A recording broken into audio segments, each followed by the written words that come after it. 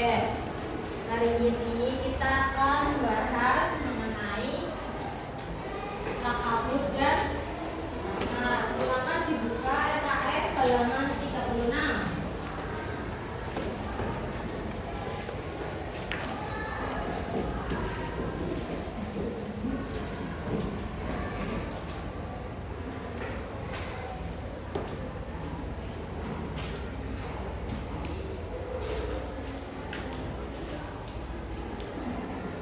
Takabur artinya baca coba. Sombong. Takabur memiliki arti takobara ya takabaru, takaburan yang artinya sombong, angkuh dan congkak. Adapun secara istilah takabur adalah merasa dirinya itu si paling tinggi, paling besar. Jadi takabur itu ibaratnya kayak gemede. Tahu gemede? Gemede nggak tahu. Gemede itu kayak si paling intinya paling besar, paling tinggi, paling intinya.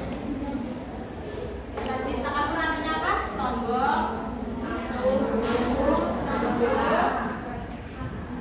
congkak ya.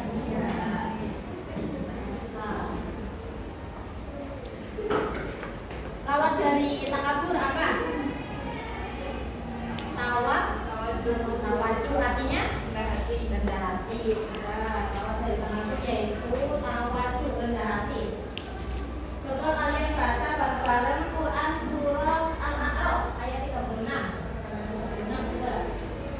Bismillahirrahmanirrahim. Walladzina kadzdzabu biayatina wastakbaru anha ulaika ashabun nar hum fiha khalidun. Artinya dan orang-orang yang mendustakan ayat-ayat kami dan menyombongkan diri terhadapnya, mereka itulah penghuni neraka dan mereka kekal di dalamnya. Jadi orang-orang yang takabur itu pasti sangat dibenci ya sama orang-orang di sekitarnya ya, dan sangat dibenci dalam agama Islam. Mengapa demikian? Karena mereka itu ingin terus berkeinginan merasa bahwa dirinya itu yang paling besar, yang paling keren, yang paling pinter, intinya yang paling. Jadi mereka itu pasti memandang orang lain itu dengan derajat yang rendah. Dirinya merasa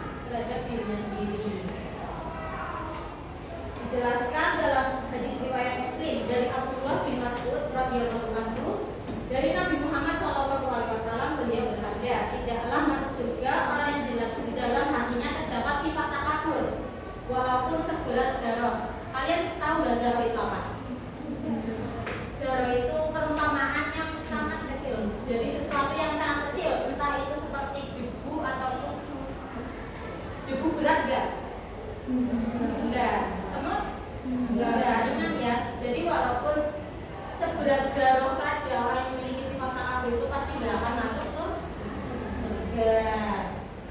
Selanjutnya, dampak sifat dari orang yang takabur. Yang pertama, terhalang dari mendapatkan dari Allah, ayat-ayat Allah, karena orang tersebut akan menolak ayat-ayat kebenaran Allah mengenai sifat-sifat takabur. Yang kedua, dibenci Allah dan memuji mataharinya.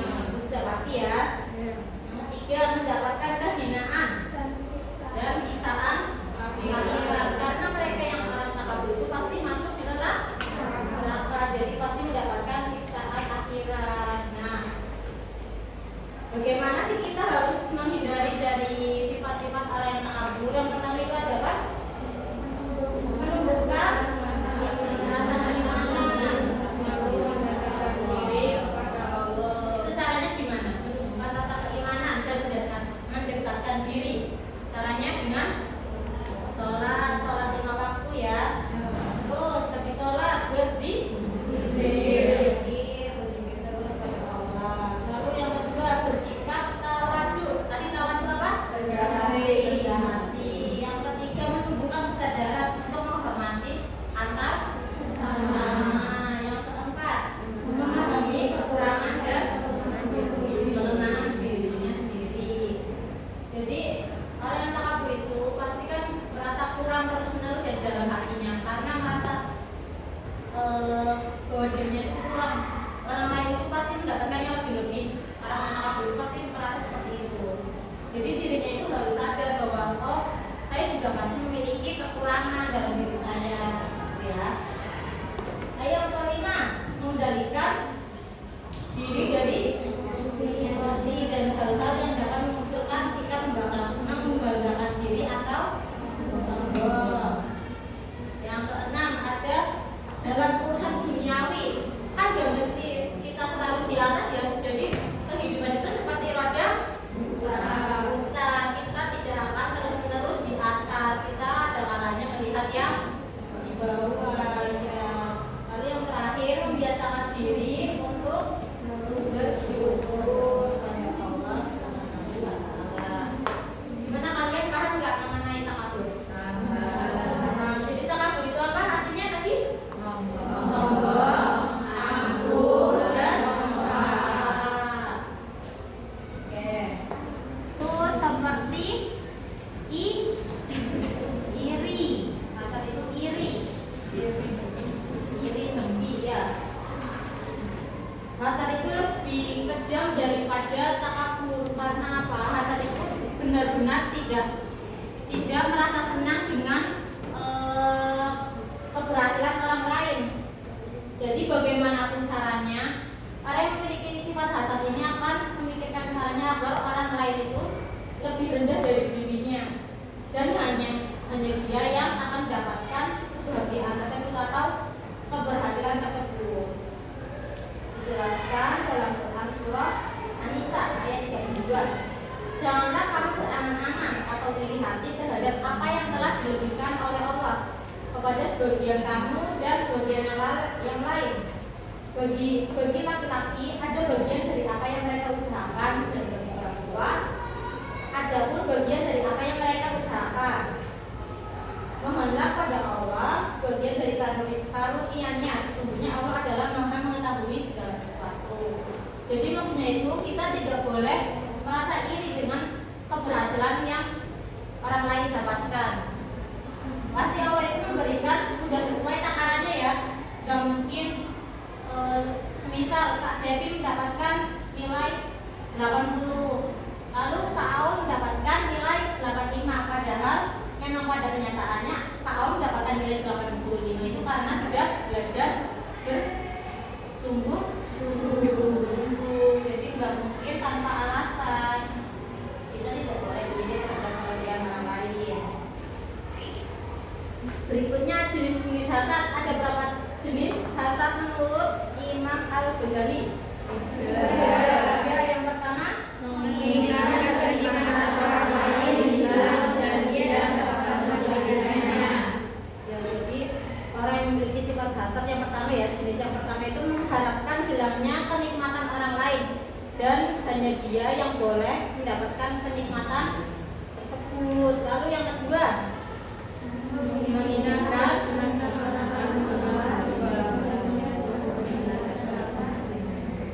jadi Kak Dewi dan Kak Aul, contohnya Kak Dewi dan Kak Aul lagi ya, yang gampang.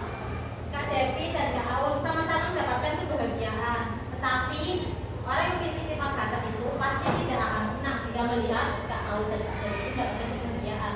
Nah, walaupun nanti dia yang tidak mendapatkan kebahagiaan, dia itu tetap akan merasa senang karena kita sama-sama tidak mendapatkan kebahagiaan. Dan orang yang memiliki sifat hasad itu apa ya? Aku lupa.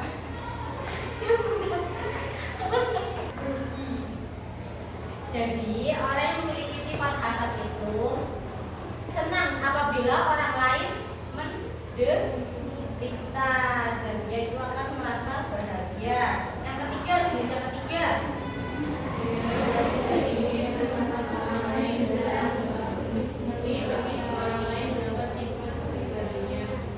nah maksudnya itu ya tidak rindu atas nikmatnya orang lain. Ia tidak berharap memiliki atas nikmat tersebut, tetapi ia benci jika orang lain itu mendapatkan kenikmatan seperti dirinya. Jadi itu jenis hasad menurut Imam Al-Ghazali. Nah, hasad kan bentuk mufrad ya, yang artinya apa tadi? Iri. Kalau bentuk jamaknya itu hasanat. Ada yang tahu arti hasanat apa? Hasanat artinya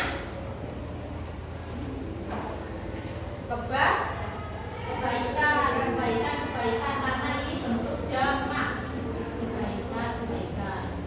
Jadi arti dari hasad dan hasanat ini, satu kali melakukan hasad itu akan menghapuskan segala kebaikan yang sudah orang tersebut lakukan.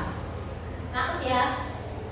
Satu kali merasakan hasad, semua kebaikan yang sudah kalian lakukan itu hilang. Jadi semua pahala yang sudah kalian lakukan itu hilang. Jangan sampai kita memiliki sifat hasad.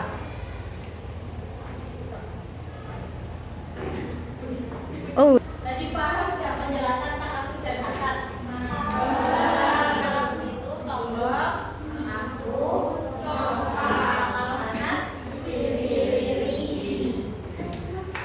Sebelum melanjutkan pembelajaran hari ini, kan habis ini kan nanti ada permainan ya, namanya rantai spidol. Kita sedikit mengingat pembelajaran sebelumnya. Pada bab 3 ini pertemuan yang paling pertama membahas mengenai koya-koya. Orang yang koya-koya itu memiliki sifat apa aja? Tafsir dan ayo udah bisa Isra. Tafsir itu apa? Kemarin ayo apa? Tafsir menghambur-hamburkan uang yang tidak bermanfaat dan diharapkan oleh Allah. Kalau Isra menghambur-hamburkan uang pada hal yang mubah atau menghambur-hamburkan atau berlebihan, tetapi pada hal yang mubah. Orang yang melakukan tafsir disebut tafsir. Kalau orang yang melakukan Isra disebut isri. Lanjut, ria dan sum'ah. Sum'ah berarti memberitahu. Kalau ria memperlihatkan. Hafal ya, udah hafal ya. Nanti kalau ditanya berarti bisa jawab ya. Soalnya ini nanti cepet-cepetan. Yang dapat jawab dengan cepat nanti dapat koin sama hadiah. Nanti kelompok yang terbanyak mengumpulkan koin juga dapat hadiah. Nanti ini dibagi kelompok. Kalian berhitung 1, 2, 3, 1, 2, 3 lagi dulu. Oke, untuk kelanjutan pembelajaran kita akan bermain rantai spidol. Jadi nanti kalian dibagi menjadi 3 kelompok besar. Dimulai dari sini. 2, 3, 1, 2. Ya. Lanjut. Itu dulu. Berhenti dulu. Itu dulu sekali aja. 1, 2, 3. Lanjut. 3, 2, 3.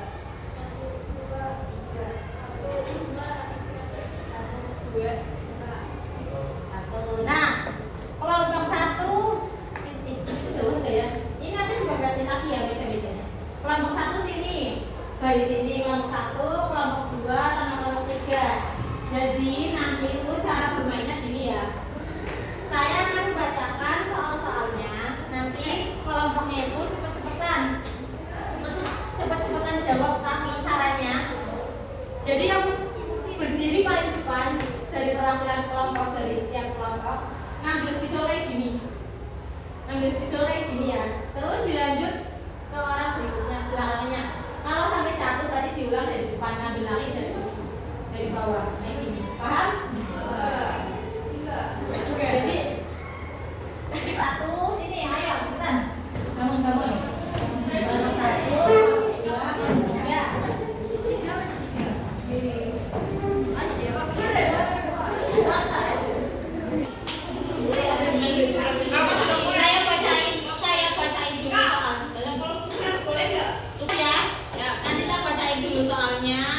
Hitungan ketiga kalian mulai estafet terus nulis jawaban depan. Cepet-cepetan, paham? Dengerin, soalnya dengerin. Jika seseorang merasa lebih pintar dan lebih hebat dari orang lain, ialah pengertian dari 1, 2, 3.